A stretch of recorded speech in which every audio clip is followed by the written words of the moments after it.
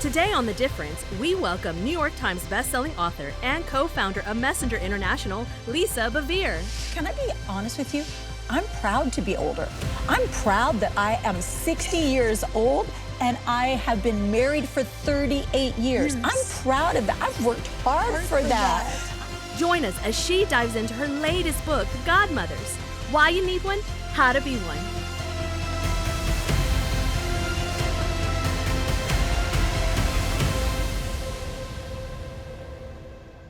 Welcome to The Difference. Known for her strength, passion, and mama bear mentality, Lisa Bevere has spent 3 decades empowering women of all ages to find their identity and purpose in Christ. Please welcome New York Times bestselling author, Lisa Bevere.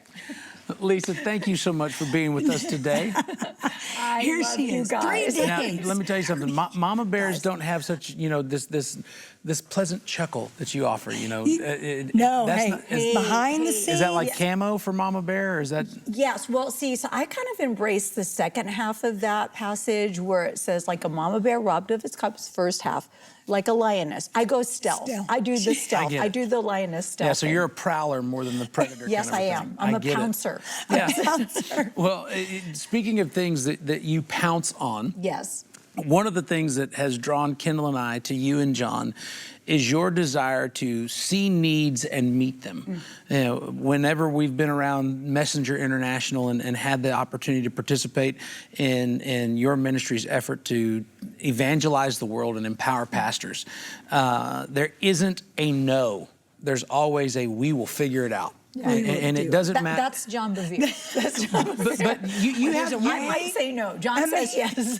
But I've watched, and you may start on no, but you quickly move to yes. I mean, Messenger began by, a vision that the Lord gave John to get his resources into the nations of the world. But then the outcry of pastors is what created, his desire to do these things. But it's evolved to where you're now reaching young ladies who are being sex trafficked. You're helping individuals with medical needs. A beautiful testimony of a time that you were in, I believe it was Iraq, and saw a specific young lady with a specific need, and these are not moments. No, a specific lady that had the same specific need I had. Yes, absolutely. Yeah. And so it's that. Pouncing. I see that, I'm going to do that. That really has drawn, my heart to yours in really a kindred kind of spirit. And the topic that we're discussing today is another one of those pounce on it issues because it's there, but nobody really is doing much about it. And that's mentoring. And you're talking about mentoring in your latest book, Godmothers. Yes. And, when I read the title, immediately I thought to myself, please don't tell me this is a fairy tale story. I was like, why not? Well, when I got my box, I had a little wand in it, and I thought, I thought, wait, this is awesome. It's like Cinderella. I have my wand. But tell me about how you came up with the name. I hope that wand doesn't work. I loved it. Like, my daughter took it, and she was like... She was rebuking her brothers. She was like, back to your room. Yes, all of you. Well, the wand to me was just about focus. We need people who understand that they have a ability to focus and transfer a blessing. When we come back, Lisa Bevere shows how you can develop a clear focus in life to become an effective mentor to others. We'll be right back. You are watching The Difference. A crisis can change everything in an instant, but in that moment, a familiar word comes to mind, one you've read so many times that it's now etched in your memory. This is why it's so important to be intentional about strengthening your faith. By reading the Word regularly and spending time with fellow believers, you equip yourself to face adversity when it comes. This month, as a token of our appreciation for any gift you give, we'd love to send you a brand new Christmas ornament just in time for the holiday season. For your generous gift of $100 or more, we're thrilled to offer you our special Christmas collection as a heartfelt thank you. Along with a beautiful Christmas ornament, you'll receive frankincense and myrrh oil, Power to Heal by Pastor John, an elegant acrylic scripture box, and a USB filled with healing scriptures as an added blessing. We'll also include the Hagee Ministries prayer journal to support and guide you in your journey of prayer and growing closer to God. Child of God, seek Him in faith, believing with great expectation that what you ask in His name is already done. Send your best gift now by calling the number on the screen or visiting jhm.org/wonders. We have to be a people who understand we have a clear focus. You think, well, okay, that sounds great. But see, focus is so important because it multiplies any and every capability on your life when you focus. God has entrusted each and every one of us with a specific talent. And it is time that we unearth that talent that got buried in the middle of COVID. You know how everybody kind of was like, oh, wow, so COVID changed everything. No, COVID changed nothing. God has a plan for your life. It is a plan for good and not for harm. It is a plan, a hope, and a future. God is not up in heaven nervous about COVID. He had a plan before COVID, and that plan that was before is the plan after COVID. And we need to stop looking at the darkness of the tunnel, stop reading the graffiti that everybody has written on the walls of that tunnel, and look for the light at the end of the tunnel. We got to prophesy our way for it. But that is going to require focus.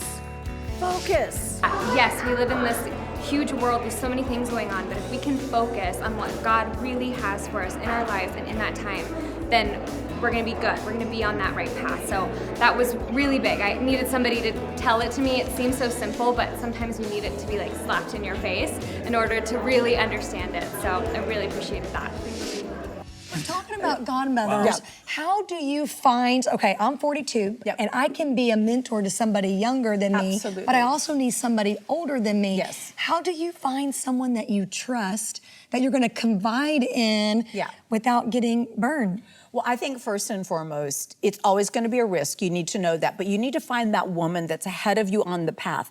She may not even be older, but she might be more experienced. Can I call timeout? You said something. No. But there's something that was just a nugget right there that you can't fly by. That is like a pitcher of gold. You can't miss it. You said on the path. Yes, not every woman is on your path. The same path. True. It's true. Not every woman is on your same path. Yep. So if you are a woman who is looking for mentorship and direction in motherhood, you got to talk to a mother. On a different path. If you're looking for someone in a career, you got to look for somebody in that career. Absolutely. You know, you have to find marriage. Marriage. You know, I mean, absolutely. I talk to people all the time. I've got a life coach. Well, who are they? And none of the qualities of that life coach line up with the life that you want to live. Right. You know, it's like having a morbidly obese physical trainer. Sorry, you don't qualify. You know? Yeah, so you find that woman and you say, and here's I think what happens. We've made things so inorganic. Yeah. We've made them so sterile. We don't say, hi, will you do a 13-week study on how to be a better wife? You just say, I love the marriage that you've built. Has somebody written that? No. Oh, well, maybe. No, I bet somebody has. I bet somebody has. I shouldn't say no. I need to shorten it 4 weeks. But you just say, can my husband and I spend time with you and your husband? Mm-hmm. Or can I go for a walk with you? Because if a woman feels like she doesn't have the time to do something, she'll be intimidated and she'll say, I just can't do this.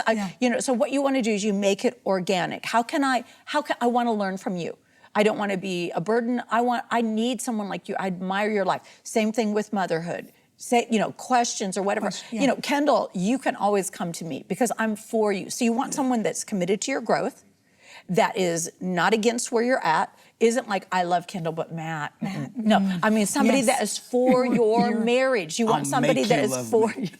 Yes. I love you already. That is for your union. You don't want someone that is immature because immature people choose size. So you have to get somebody. And then the older women, this is the other thing.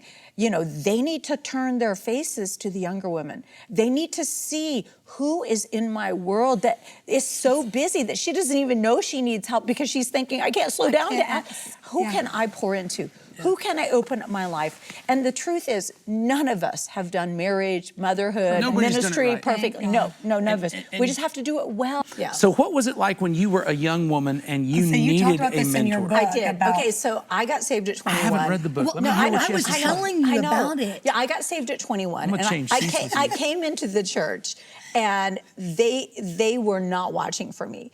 I mean, I kind of was under the false impression everybody was praying for me out of the kingdom of darkness into the kingdom of light. I kind of thought when they saw me come into the lobby, they'd be like, daughter Sister, of the Most High, I'm gonna come. share Yes, my wisdom. but Bring they were the like, ring, bring wait the a robe, minute. kill the calf. Does she have double pierced ears?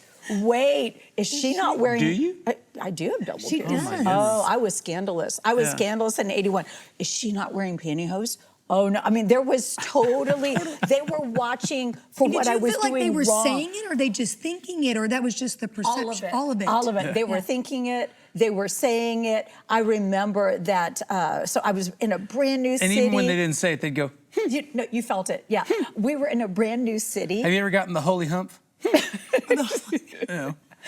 I probably have gotten that multiple Yeah. times. I think I might still get it. But I remember I was in a strange city. I'm from a little dinky town in Indiana. Now all of a sudden I'm in Dallas, Texas. And my mom called somebody and said, my daughter is there. She is all alone. She doesn't know anybody. Could you reach out to her? And they full on told my mom, no, your daughter has a seducing spirit. And my mom said, okay, get it off of her. Get it off of her. I know she's a Christian now. I don't think she wants it. And so there was a lot of criticism. There was a lot of, kind of like looking down on me, not looking out for me. And so I remember at one of the most painful moments, because it's painful to be a brand new baby Christian and be gossiped about.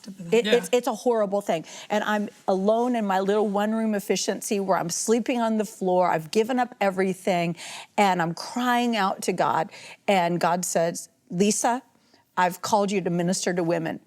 And Matt, I was like, heck no. Like women. I don't like them. I'm not one of them. Lisa. Wrong, Lisa. Not the wrong person, Lord. You're looking for the other Lisa. And so I tried to do like a conditional thing, like if you want me to minister to women, you're gonna have to send me a mentor. That's the only way, because nobody's pouring into me. John walked in. No way. And so That's not the right. nope, that's not the right. That's not Titus. You need to help him. So anyway, what happened was 8 years I get married. 8 years I'm in a gross motel in a little dinky town. The glamour in of ministry. Rockingham, North Carolina. John has locked I've been us to in. Rockingham. There you go. And John is preaching. I've traveled with 2 kids in a Honda Civic. I'm largely pregnant with my 3rd.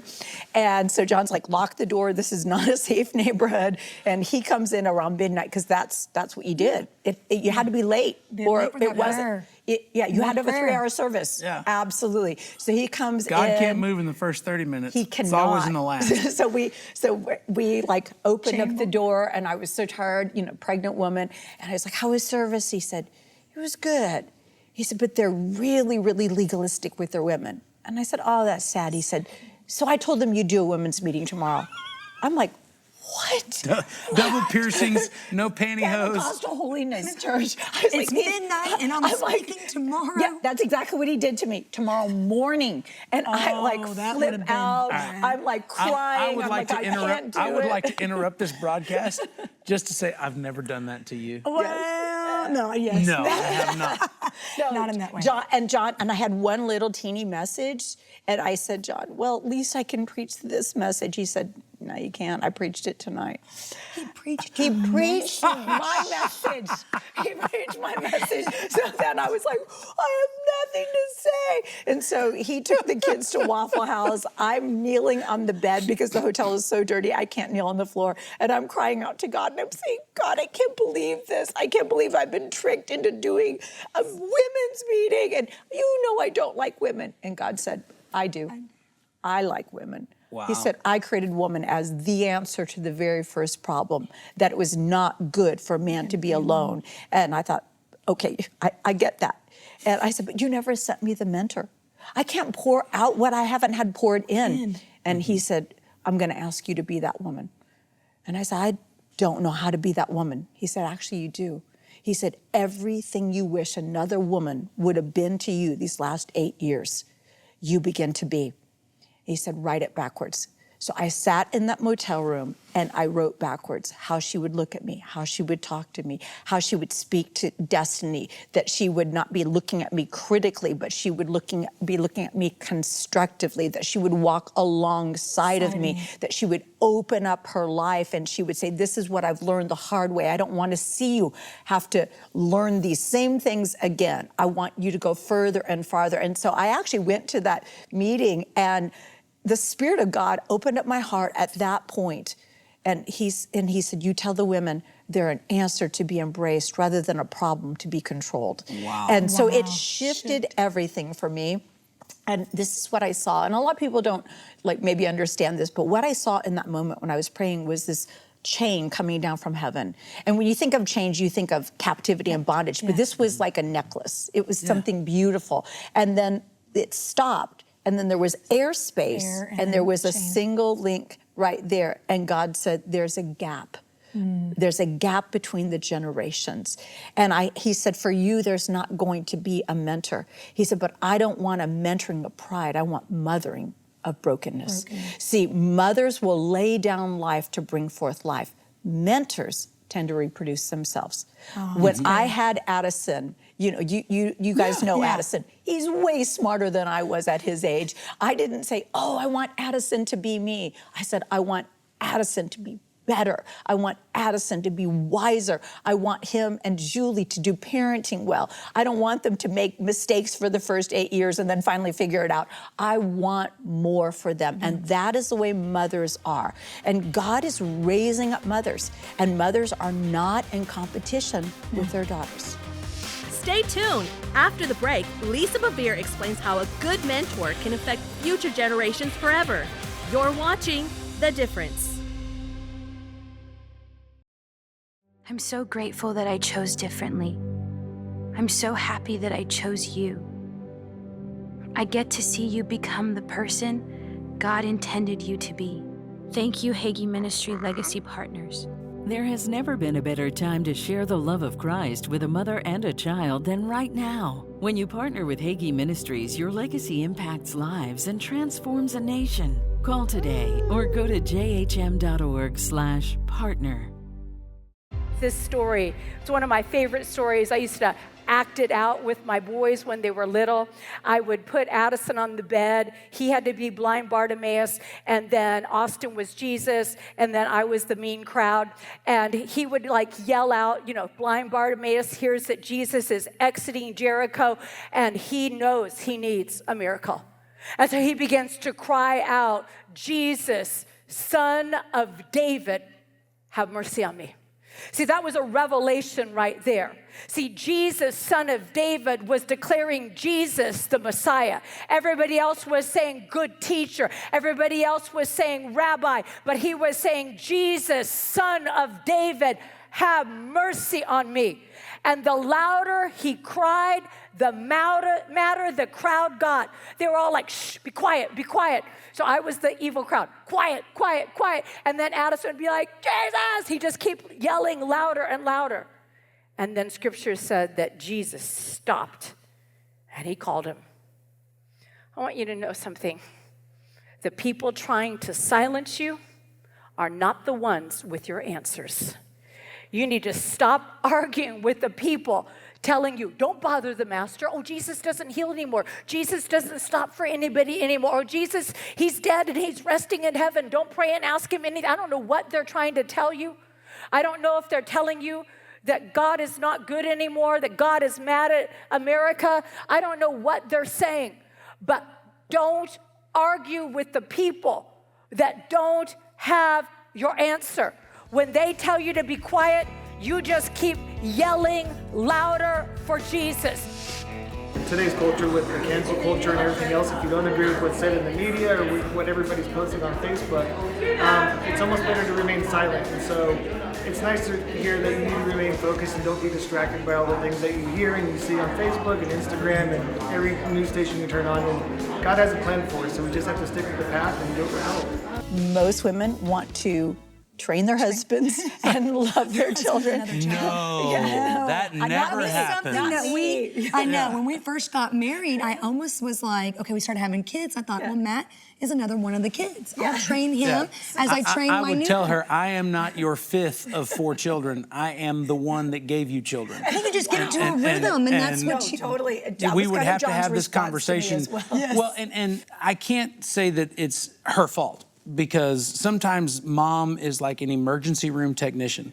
It's triage. Yeah. You know, Just fix this, here. stop that, don't do this, change that. And then you're just in such a machine gun moment that you look at the taller child and you're like, what are you doing standing there? And I'm like, whoa. You know, jurisdictional shift here. You know, but, you know, as you're talking about Titus, and Titus 2 is the text that, you know, the New Testament gives a command to one generation of women, they must train. That's not just a gender isolated issue. No, it's throughout the Bible. The Bible speaks over and over and over again about one generation training another. The reason that God chose Abraham is he said, I have known him, that he would teach his children my ways.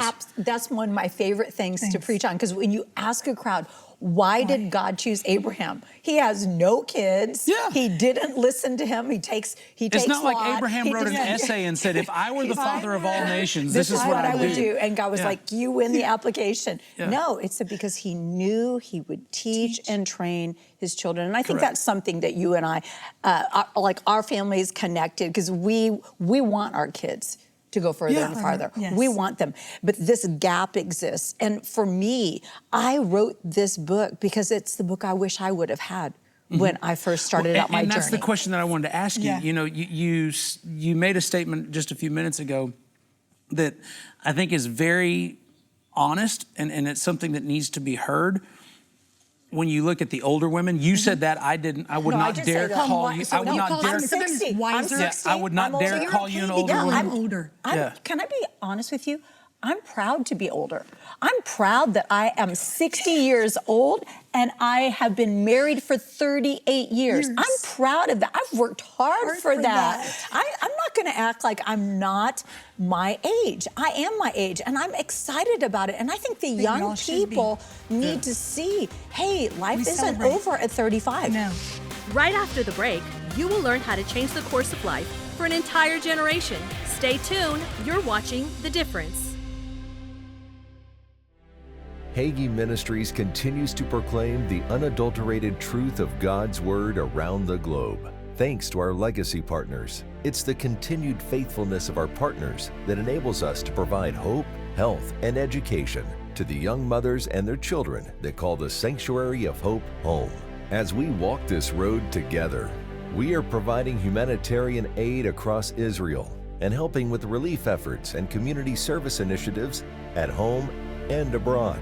Together, we are transforming the nations of the world for Jesus Christ. We are excited to reach the younger generations as we expand into areas such as Apple TV, Roku, podcasts, social media, and live web streaming. Your action today can become part of your legacy. Become a legacy partner. Call the number on the screen or go to jhm.org/partner. Lisa, when it comes to making a difference, the Bible teaches that if you save one life, you've changed the world. When you saved the life of baby Moses, you changed the world. When you saved the life of Jesus, and you know he's not able to be harmed by Herod, you've changed the world. How have you seen life changed, or the world changed by just one life? You know, I feel like my spiritual father, James Robeson, you know, his mother was raped, and she made the very courageous choice to keep him. And because of James, we know thousands of people all over the world are alive, they have clean water, they have heard the gospel. That's just my one that I know about. One generation leads to another, and it's one life at a time. Today, if you'd like to make a difference in a life that has the ability to change the world, the website is sohcares.org.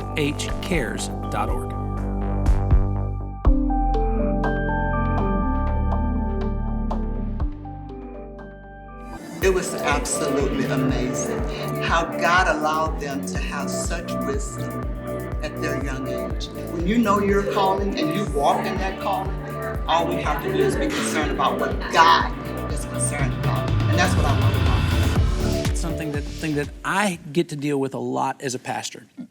And that is the excuse, I can't because I didn't. Yeah.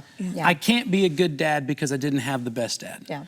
I can't be a good businessman because no one showed me how to do this. Yeah. I can't mentor others. I can't lead others. We come up with all of these disqualifications because of what we haven't received. The thing that I heard and thought was so powerful was write it backwards. Yeah. Everything you didn't have, Yeah. write down what you would want.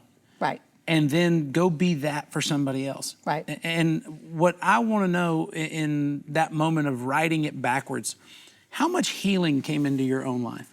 You know, actually, it was the first time I didn't feel like a victim.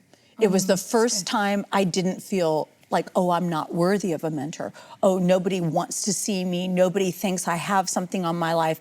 It was one of the most empowering things. You know, the Message paraphrase talks about this moment that changed with our father of faith. It said that everything changed for Abraham when he gave God permission to make somebody out of a nobody. And that is us. We pour out of our brokenness. We say, all right, God, I don't have enough, but you are more than enough. Yeah. And I feel like right now we have a culture that's like, I'm enough. No, you're not. You are not enough outside of God. And we are not enough in isolation. We need community. We need connection. We need direction. We need correction. We need one another. We're part of a body. It's like a thumb saying, I'm enough. No, you're not. So we need one another. And so it was the shift for me. There's an amazing quote. I think it's by Gabriel Roth, who says, when you set people in motion, they heal themselves.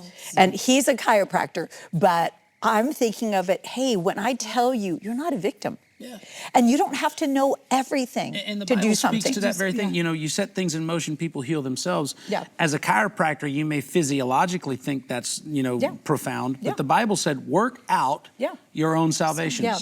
Well, and it even says, as they went, they were healed. Set your salvation in motion. You know, faith without works is dead. Yeah. Whenever you do these things, do it, because it's what God wants of you, and then allow Him to reveal Himself to you through that plan. You know, the first time you shared this message that women are an answer and that they're, something that is God ordained and embraced. Yeah. It's interesting to me that you were sharing it at a very legalistic church. Yeah. Yes. And my father grew up in legalism. Yeah. And, it's rough. And well, it's one of the greatest things you'll ever get over. To watch the full, uncut version of this program, download the Hagee Ministries TV app.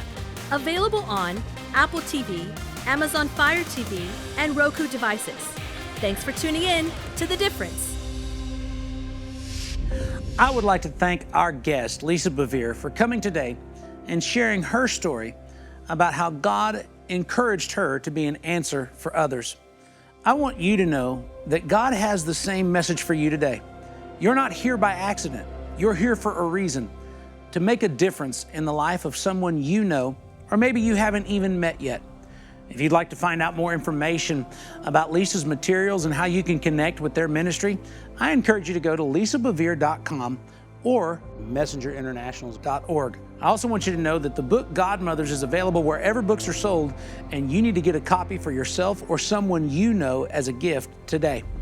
If you're looking to make a difference in the life of another young lady or someone that needs to have a solution in a difficult time, I encourage you to go to sohcares.org or jhm.org/sohcares. I also want to remind you that you are a difference maker, and that with the grace of God and His peace in your life, He has a plan and purpose for you that can change the world forever. Thank you for joining us today. We look forward to seeing you again very soon here on The Difference.